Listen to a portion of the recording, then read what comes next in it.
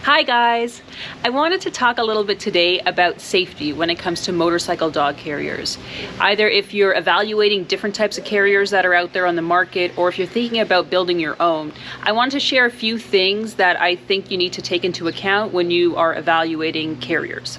The first thing that you should look for in a motorcycle dog carrier for safety is that it is upholstered.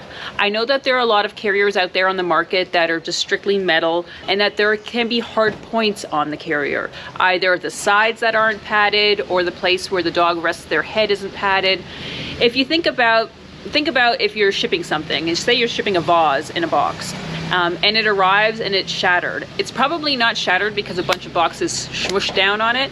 It's probably because it got jostled and there wasn't enough padding. That's why when we created the K9 Moto cockpit, we made sure that all of the hard points were upholstered.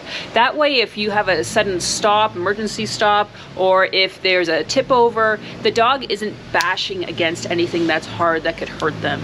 This way, everything is soft and smooth for them so that not only are they comfortable, but they're protected.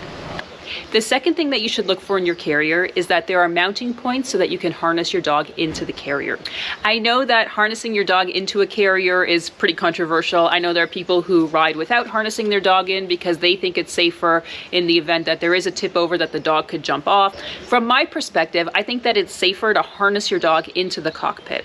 Not only is that important when it comes to emergency stops so your dog doesn't go flying, or if you have a tip over so that your dog stays in place, but think about if you're just riding around generally. Most of our dogs aren't 100% well trained. There are things that trigger them, either a squirrel or a cat or just something that gets their attention that they really want to go after.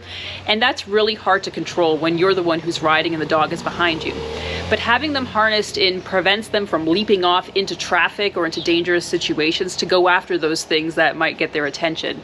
So having them harnessed in not only keeps them safe in the cockpit, but it also keeps the weight lower for you as the rider and makes it safer for you to be riding along with your dog. The third tip is that you want to have a carrier where your dog is going to be comfortable.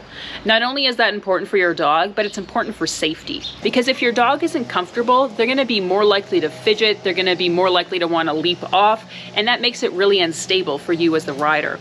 We get a lot of people who want their dogs to be able to sit or stand in the cockpit because they think it's more comfortable for the dog. But if you look at it, a dog that's standing, they have to be in that athletic position. All of their muscles are really tense because they're trying to stabilize themselves. So that's really not comfortable in the long haul. That makes the dog tired a lot more easily, and it just makes it a lot less safe for you because they're going to be shifting their weight back and forth so that they can keep their position. So having them in that laying down position allows them to relax. The harness keeps them in place so that they're not stressing their muscles the whole time, and it just makes for a safer and smoother ride. So think about these three things when you're evaluating dog carriers, or if you're thinking about building your own. Making sure that it's upholstered, that it has mounting points so that you can connect the harness, and that it's in a comfortable position for your dog.